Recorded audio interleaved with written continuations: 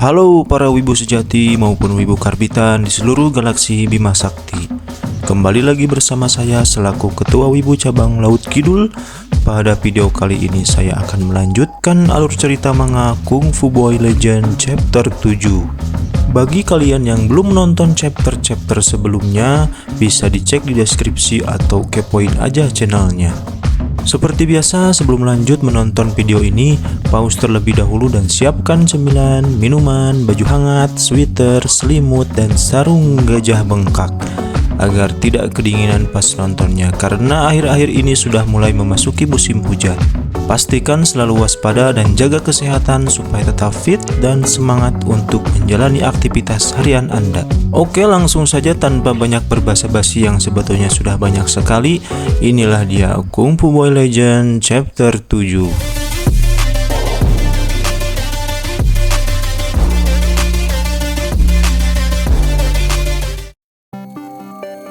Di awal cerita chapter 7 ini diperlihatkan Shinmi, Gunte, Daruto, dan juga Shigoku sedang menaiki tebing untuk menuju ke istana Babang Shimon dan sudah hampir mencapai setengah perjalanan. Medan yang ditempuh semakin sulit dan terjal, ditambah stamina yang sudah mulai terkuras karena menahan beban tubuh dan beban hutang kepada Bang Emok. Di tengah kelelahan yang melanda, Daruto merasa kagum kepada Shinmi dan Gunte karena skill, stamina, durability, keseimbangan, kelenturan, kenyamanan, keramahan, kebahagiaan, kemakmuran yang mereka miliki tidak pernah habis. Bahwa ini adalah bukti dari latihan yang disiplin dan teratur. Daruto pun tidak mau kalah karena misi untuk menyelamatkan Putri Mito masih panjang, dan mungkin saja di depan masih banyak rintangan-rintangan yang lebih berat dari sekedar memanjat tebing. Di tempat lain, Komandan Pegu beserta rombongan sudah memasuki gerbang istana dengan membawa uang dan barang berharga sesuai dengan permintaan Bang Simon sebagai persyaratan untuk menebus Putri Mito. Di sepanjang perjalanan mereka disambut dengan cemoohan dan hinaan dari seluruh penduduk kota. Meskipun situasi seperti ini merupakan pelecehan bagi pasukan kerajaan, tapi Komandan Pegu tetap sabar dan tabah karena demi satu tujuan, yaitu menyelamatkan Putri Mito. Kembali ke Shinmi dan kawan-kawan, Gunte merasa lelah dan hampir kehabisan tenaga sehingga dia kehilangan konsentrasi dan tubuhnya mulai nyorosot, tapi untungnya kaki Gunte ditahan oleh Daruto yang berada di posisi paling bawah. Dan ketika Daruto menahan kaki Gunte, tiba-tiba dia pun kehilangan pijakan sehingga terperosok lumayan cukup jauh. Tapi dengan keahlian pedangnya yang dilatih selama bertahun-tahun, Daruto mampu menahan tubuhnya agar tidak terjatuh dan terperosok ke dalam godaan dan tipu daya para marketing slot.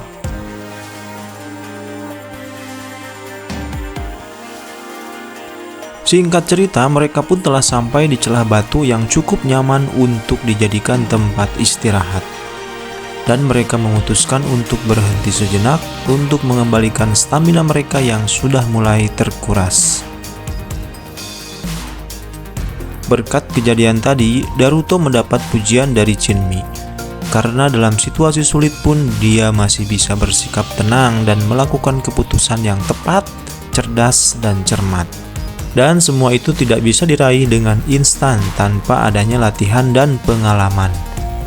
Mendengar ucapan Shinmi barusan, Daruto jadi teringat dengan masa lalunya ketika ia masih menjadi gelandangan yang bertahan hidup dengan cara yang keras dan brutal. Karena hidup di lingkungan yang memang dipenuhi oleh orang-orang yang segala sesuatunya bisa diselesaikan hanya dengan cara-cara kekerasan. Tapi suatu hari hidupnya pun berubah drastis ketika ia sedang bertarung melawan beberapa preman dan mengalahkan mereka tanpa terluka sedikit pun. Dari kejauhan Putri Mito yang pada saat itu sedang melintas dengan rombongan kerajaan melihat keahlian bela diri Daruto yang memang di atas rata-rata. Lalu Putri Mito pun spontan menawarkan pekerjaan sebagai pengawal kerajaan, karena ia yakin bahwa Daruto akan menjadi pengawal yang tangguh dan bisa diandalkan. Semenjak Daruto menjadi pengawal kerajaan, kemampuan bela dirinya memang yang paling mencolok daripada pengawal kerajaan yang lainnya. Terbukti dalam beberapa kompetisi bertarung yang diadakan oleh Raja, Daruto selalu keluar menjadi pemenang. Hal ini membuktikan bahwa Daruto memang seseorang yang bukan hanya pandai bertarung di jalanan, tapi kemampuan bela dirinya berkat kerja keras dan latihan intensif yang ia lakukan selama ini.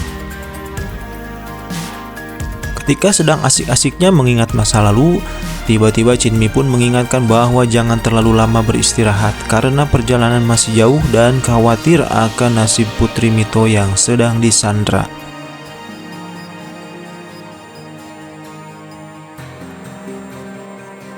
Ketika akan melanjutkan aktivitas panjat memanjat, ternyata kondisi tebing yang berada di atas mereka sangat sulit untuk dilewati dengan tangan kosong.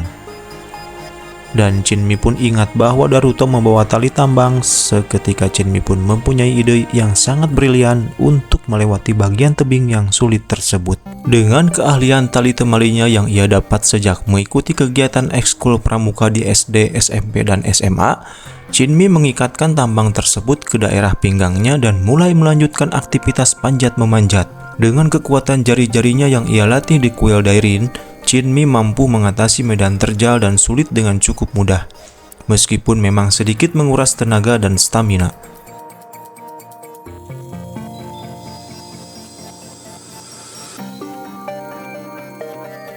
Ia pun sampai di bagian atas disusul oleh Goku, Gunte, dan Daruto dengan cara menaiki tambang yang diikat ke tubuh Chinmi.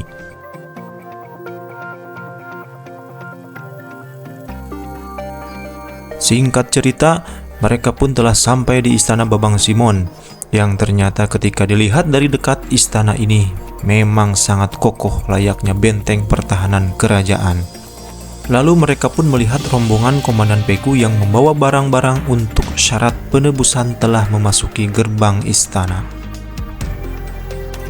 Tapi tiba-tiba di arah depan mereka melihat Putri Mito yang sedang keluar dari jendela dan sepertinya mencoba melarikan diri.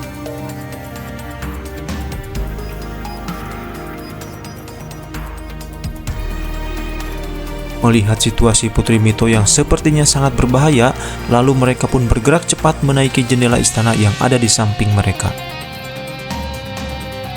Putri Mito pun terus naik ke atas sampai tiba di atap istana dan berharap menemukan jalan keluar.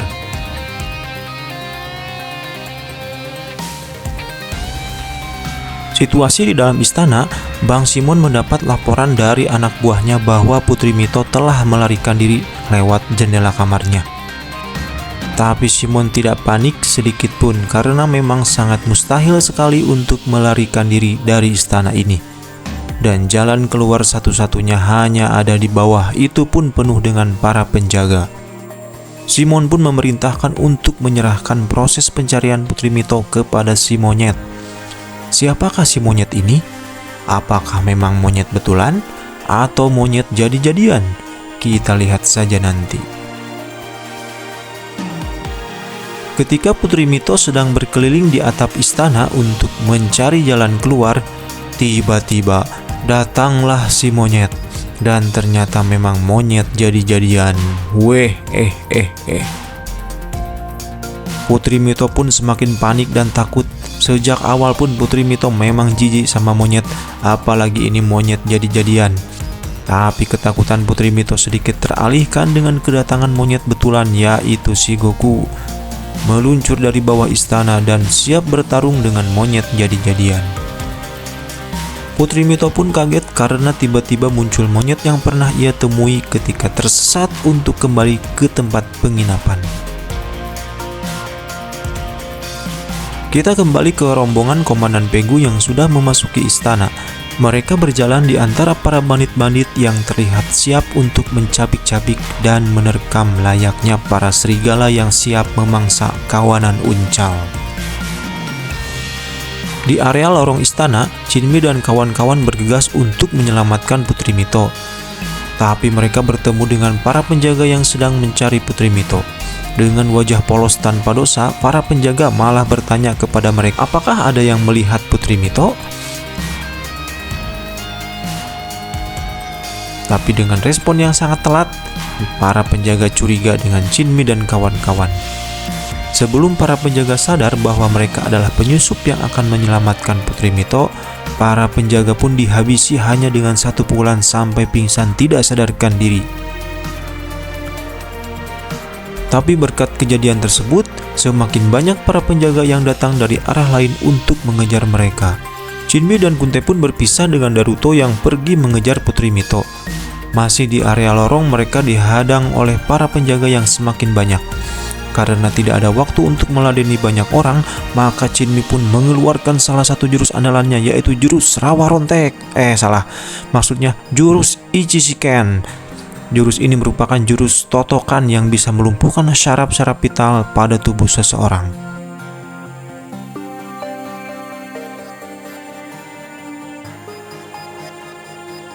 Dan mereka menghabisi sisanya dengan pukulan dan tendangan sampai tak tersisa seorang pun.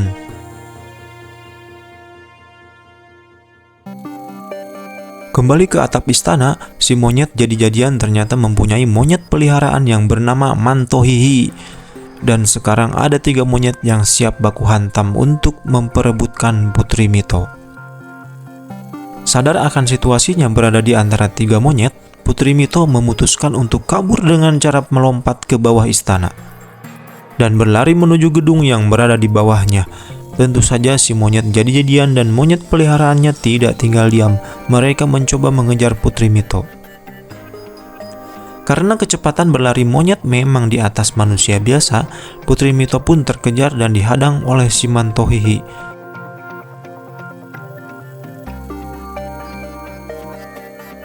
Dengan gerakan yang begitu cepat, Mantohihi menyerang si Goku yang sama-sama mempunyai kecepatan yang hampir seimbang. Di tengah pergelutan antar monyet, Putri Mito mencoba membantu si Goku dengan menendang si Mantohihi. Karena melihat si Goku mulai terdesak oleh serangan-serangan si Mantohihi. Dan si Mantohihi pun menjadi murka dengan gangguan Putri Mito. Lalu si monyet jadi-jadian memperingatkan agar Putri Mito tidak mengganggu pertarungan antar monyet. Kalau tidak, dia akan membuat kaki Putri Mito menjadi parises. Bisakah Chinmi dan kawan-kawan menyelamatkan Putri Mito dan Goku dari keganasan dua monyet? Cerita pun bersambung. Jangan lupa subscribe dan aktifkan lonceng notifikasi untuk chapter selanjutnya.